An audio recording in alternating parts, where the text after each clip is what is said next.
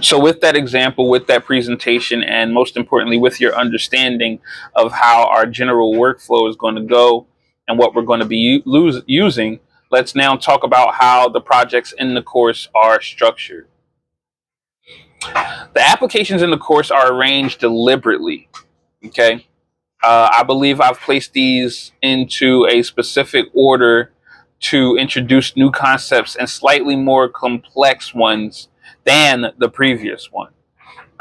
So that means that they're also going to take slightly different times to create.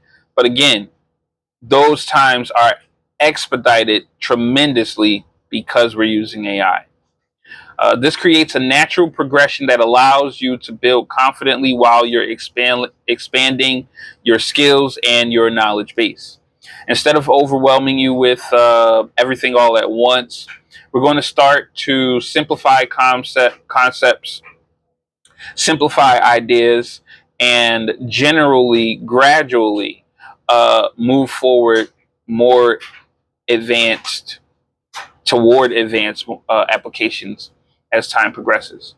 My first project focuses on a tool called Prompt Forge. It's a dynamic prompt template generator that helps you organize and reuse prompts when working with AI. I'm mad that it took me so long to even give you this information or put out this course for you, because not too long ago I seen someone create an application called Prompt Buddy. I don't know how well it's been doing, but I've heard of their application. You haven't heard of mine, so it's doing better than mine.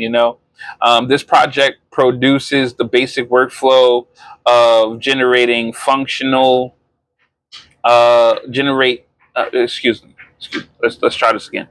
This project introduces the basic workflow of generating functionally with AI, and then working with text inputs and outputs and understanding how simple user interfaces can handle data.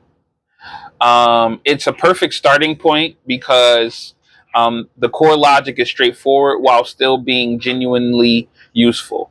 Prompt Forge basic has really basic fundamentals within it that most websites, most applications work with, and you will learn that as we progress in that project.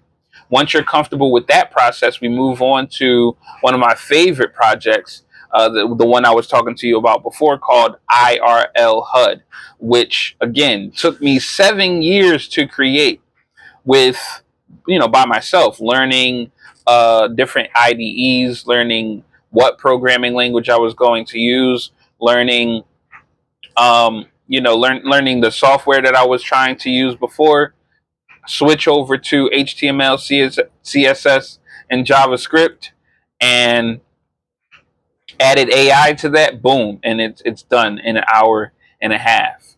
Again, that project is where we begin exploring the interface design and a state management system.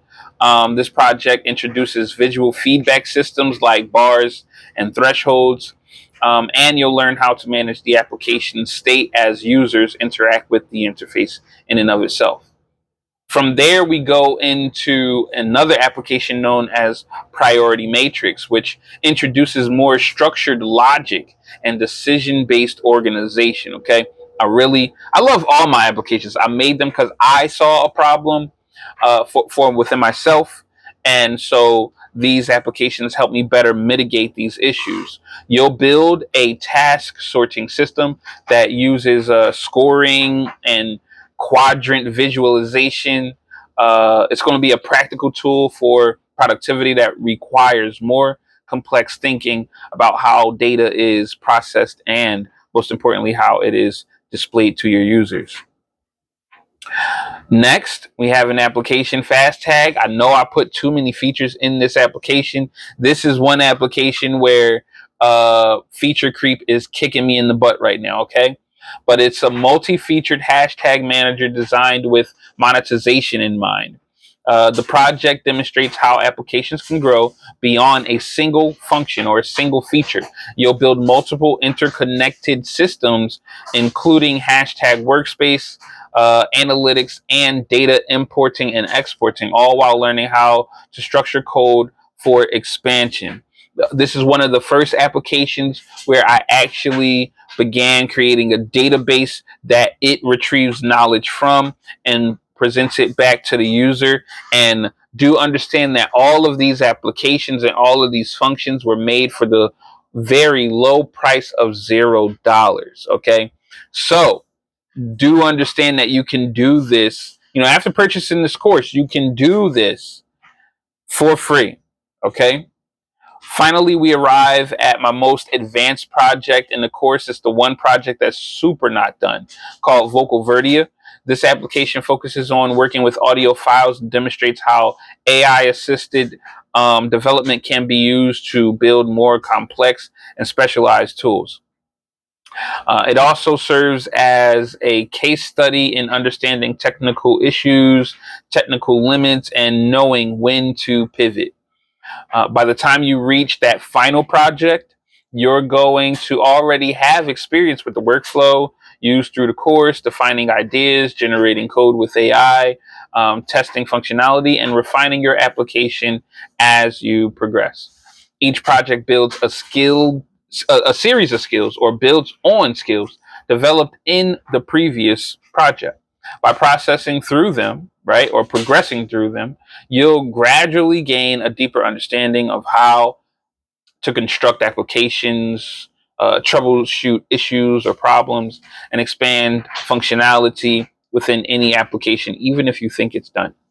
And at the end of the entirety of the course, you won't just have learned processes. Okay. You'll have 5 applications, 5, that you can study from, modify, expand, and potentially publish as your own. I don't mind you publishing these or republishing these applications. I prefer you put a new skin on it to differentiate your product from my product. I would really appreciate that. But nonetheless, by purchasing this course, you've technically already purchased these applications. So it is what it is.